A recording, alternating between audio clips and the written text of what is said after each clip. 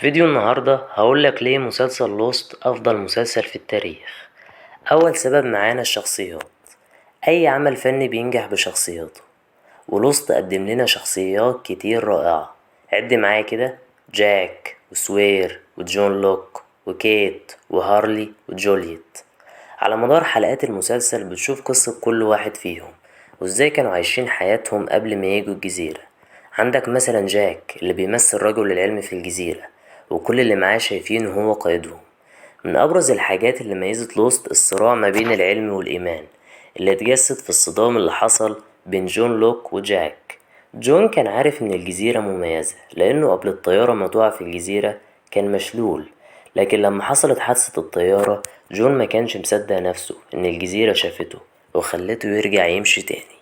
ومن هنا جون حس إن الجزيرة فيها حاجة غريبة ومش طبيعية، وحاول إنه يقنع جاك، لكن جاك زي ما قلنا بيمثل جانب العلم، فطبيعي العلم هيتعارض مع الدين. حاجة تانية ميزت لوست عن غيره من المسلسلات وهي طريقة السرد اللي بتعتمد على الغموض والألغاز، اللي بتخليك دايما تفكر في أسرار الجزيرة وحكاياتها.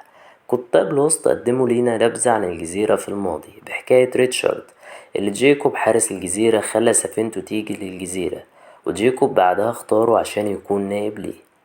حاجة كمان اتعلمناها من مسلسل لوست: لما تيجي تكتب شخصية شرير لازم تخلي الجمهور يتعاطف معاه، وده اللي عمله كتاب لوست. شخصية الشرير في لوست اللي كل هدفه ان هو كان يخرج من الجزيرة، لكن ما كانش يعرف ان امه مش هتسمح له بكده. مسلسل لوست رائع بكل مواسمه، لكن بالنسبة لي افضل المواسم واللي شايف ان هي كانت دسمة هي اكيد التاني والتالت والخامس. في الموسم التاني بنعرف ان الطيارة اتقسمت نصين، وبنعرف كمان ان في ناس تانية عن الجزيرة غير ابطالنا. بالنسبة لي افضل شخصية في الموسم ده كانت اكيد شخصية مستر ايكو. في الموسم التالت دايرة الاحداث بتتسع، وبنعرف الاذرز اللي هم عايشين على الجزيرة من زمان ومسيطرين عليها.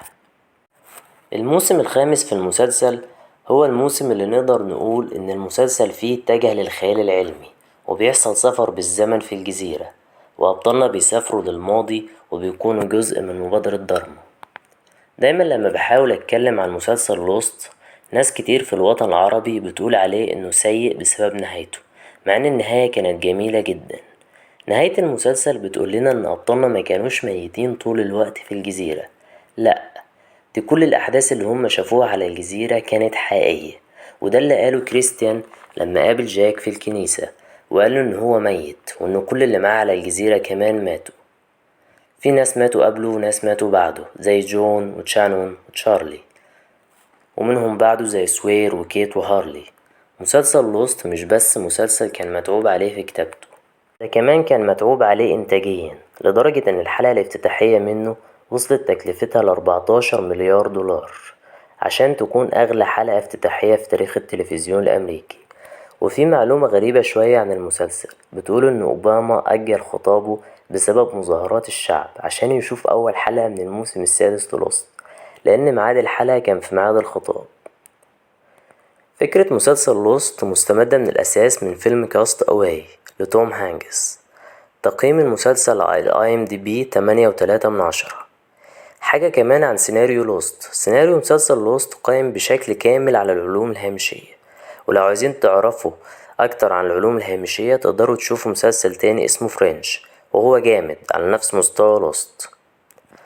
90% من سيناريو المواسم الثلاثة الأخيرة اتغيرت بسبب تسريبها. مفاجأة من العيار التقيل دي ليكو. مسلسل لوست يعتبر من أكتر 5 مسلسلات بحثا على جوجل. وفي نهاية الفيديو نصيحة لكل اللي ما شافوش لوست: شوفوه دلوقتي. ونصيحة تانية كمان: لو عجبكم الفيديو دوسوا لايك واشتركوا في القناة.